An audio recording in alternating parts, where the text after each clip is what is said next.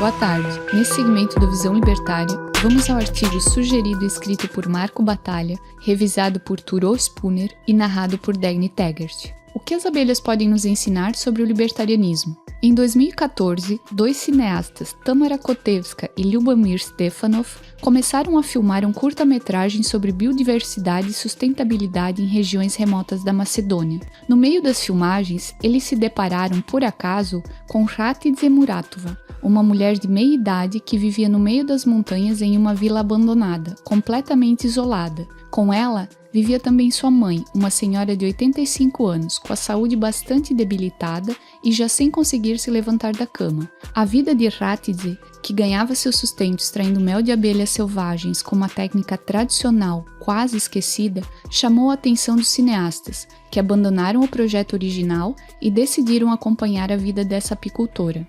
Durante 3 anos, eles acumularam 400 horas de gravações, a partir das quais produziram um filme chamado Honeyland, ou Terra do Mel, lançado no ano passado.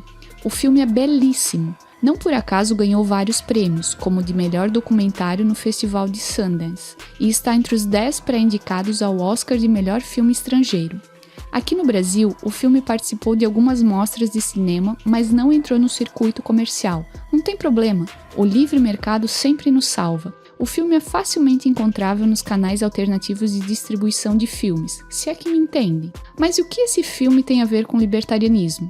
Bom, ele nos ensina conceitos importantes sobre a teoria libertária. Vou contar aqui algumas das coisas que acontecem no filme, então, se preferir, assista ao filme antes e volte para cá mais tarde, certo? A vida de Ratidze é dura. Na vila em que mora não há praticamente nada, não há eletricidade, não há esgoto, há apenas uma bica d'água e casas rudimentares, em uma das quais ela mora. A energia com que ela cozinha e se aquece vem da lenha que ela coleta nas redondezas. Ela representa aquelas pessoas que o governo usa como justificativa para roubar o gado, mas que, claro, são esquecidas logo após as eleições. Ela sabe disso. Ela sabe que não pode contar com políticos e trabalha arduamente para sustentar a si e a sua mãe. Aqui entra o conceito talvez mais importante para nós libertários, o de propriedade privada. Ninguém mais mora lá além das duas.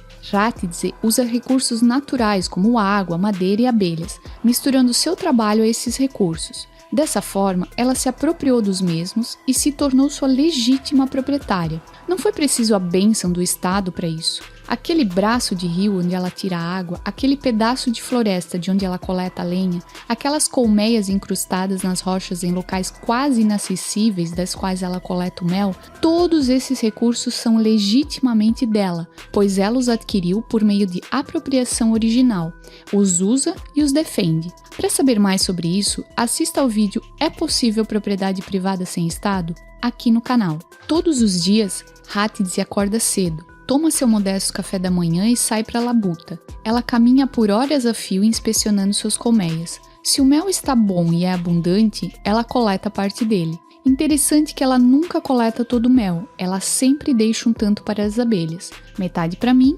metade para elas, costuma dizer. O que isso ilustra é um outro conceito importante para nós, o de preferência temporal. Ratidze tem uma baixa preferência temporal, isto é, ela pensa a longo prazo. Ela sabe da importância de não exaurir seus recursos e, por isso, sempre divide o mel com as abelhas, para que estas consigam manter a colmeia funcionando.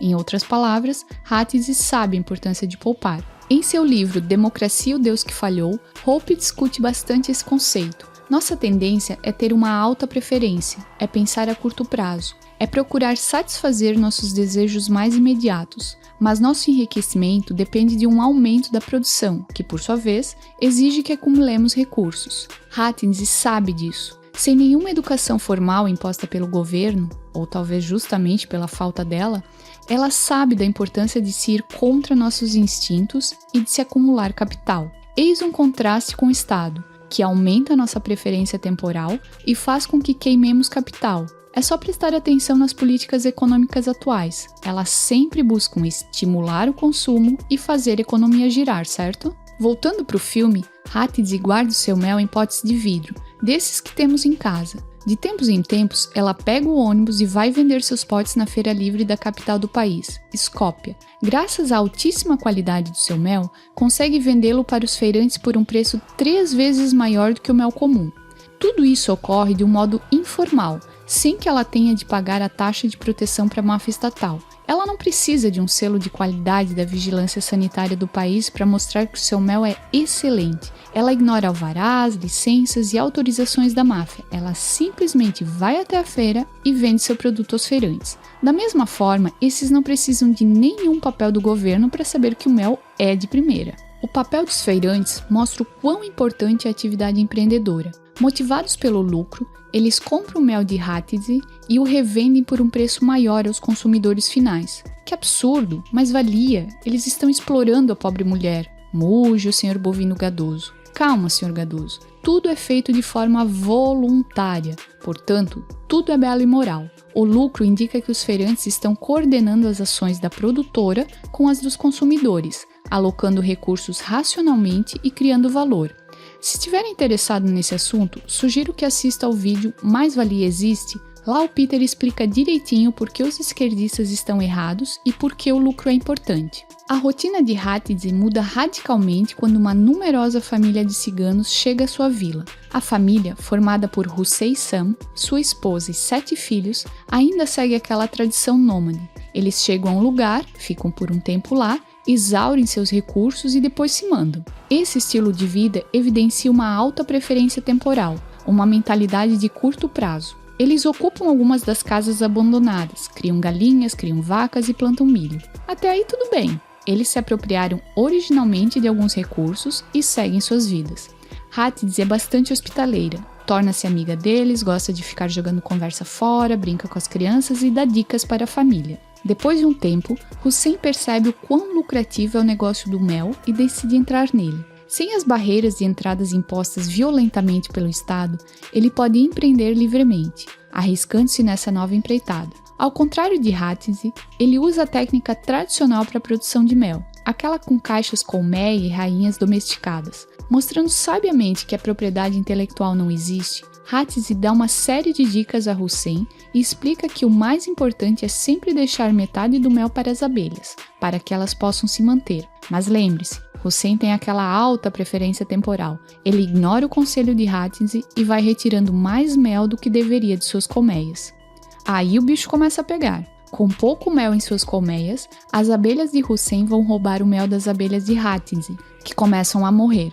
Hatice pede várias vezes para Hüseyin parar com aquilo, mas é sempre ignorada. As coisas vão escalando até que as abelhas de Hatice são todas mortas e ela perde a sua fonte de renda.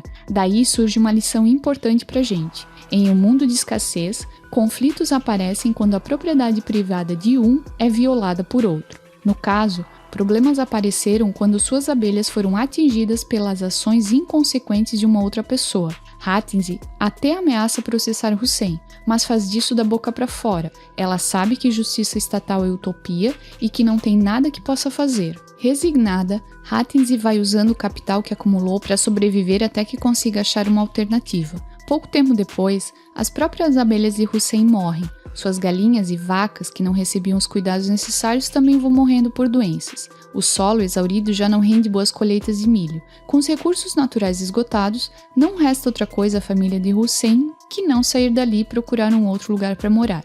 Sem os ataques à sua propriedade, Hatice pode recomeçar a sua vida. Resiliente, sem mimimi, ela arregaça as mangas e lentamente procura reconstruir sua produção de mel. Deixando um gosto agridoce em nossas bocas, curiosos para saber o que acontecerá com aquela mulher, o filme termina. Para nós, o documentário ainda deixa uma outra lição. Mesmo pessoas simples, não estudadas, conseguem entender os conceitos de propriedade privada, de preferência temporal, de trocas voluntárias, de criação de valor e assim por diante. O libertarianismo é algo natural. A anarquia de livre mercado está em todos nós. Basta que sejamos deixados em paz para que esta ordem espontânea apareça e traga paz e prosperidade à humanidade. E antes que eu me esqueça, mais uma coisa. O que aconteceu com Hatice depois do filme?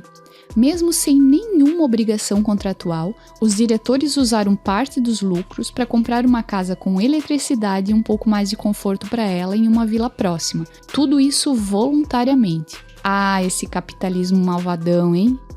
Obrigada pela audiência. Se gostou do vídeo, não deixe de curtir e compartilhar. Se inscreva no canal e clique no sininho para ser avisado de novos vídeos. Até mais!